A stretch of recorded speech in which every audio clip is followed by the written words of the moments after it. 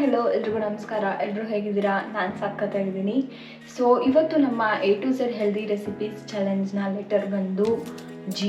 So ಇದು summer season ಆಗಿರೋದ್ರಿಂದ G4 go and ಕಟೀರಾನ use ಮಾಡಿಕೊಂಡು ನಾನಿವತ್ತು ಒಂದು ಕೂಲಿಂಗ್ ರಿಫ್ರೆಶಿಂಗ್ ಡ್ರಿಂಕ್ನ ಮಾಡೋಣ ಅಂತ ಅಂದ್ಕೊಂಡಿದ್ದೀನಿ.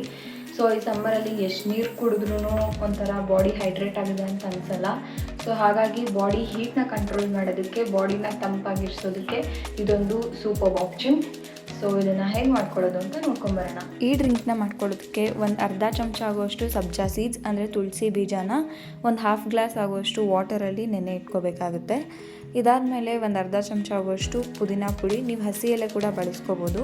ಹಾಗೆ ಒಂದು 2 ಚಮಚ ಆಗುವಷ್ಟು ಬೆಲ್ಲದ ಪುಡಿ, ಹಾಗೆ ಒಂದು ಅರ್ಧ ಚಮಚ ಆಗುವಷ್ಟು ರೋಸ್ಟೆಡ್ ಕ್ಯೂಮಿನ್ ಪೌಡರ್, ಜೀರಿಗೆ ಪುಡಿನ ಬಳಸ್ತಾ ಇದ್ದೀನಿ.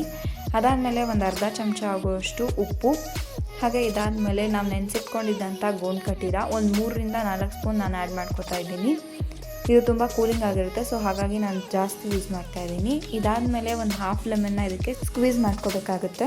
ಇದಾದಮೇಲೆ ಇದಕ್ಕೆ 1 ಗ್ಲಾಸ್ ಆಗುವಷ್ಟು ಕೋಲ್ಡ್ ವಾಟರ್ನ ನೀವು ಆ್ಯಡ್ ಮಾಡಿಕೊಂಡ್ರೆ ನಮ್ಮ ಈ ರಿಫ್ರೆಶಿಂಗ್ ಡ್ರಿಂಕ್ನ ಹೇಗೆ ಮಾಡೋದು ಅಂತ ನೋಡಿ. ಇಲ್ಲಿ ಸಖತ್ತಾಗಿ ರೆಡಿ ಆಗಿದೆ. ಇದನ್ನ ಟೇಸ್ಟ್ ಮಾಡಿ ನೋಡೋಣ.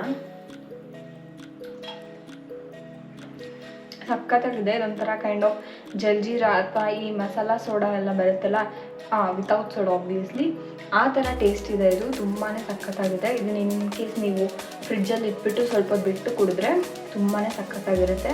ಈ ಸಮ್ಮರಲ್ಲಿ ಇದೊಂಥರ ಮಸ್ಟ್ ಟ್ರೈ.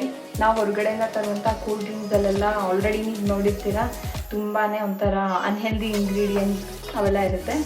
ಸೊ ಈ ಥರ ಮಾಡ್ಕೊಳ್ಳೋದ್ರಿಂದ ಈ ಸಮ್ಮರಲ್ಲಿ ಬಾಡಿ ಹೈಡ್ರೇಟೆಡ್ ಆಗಿ ಕೂಡ ಇರುತ್ತೆ, ಹಾಗೆ ಕೂಲಾಗಿ ಕೂಡ ಇರುತ್ತೆ.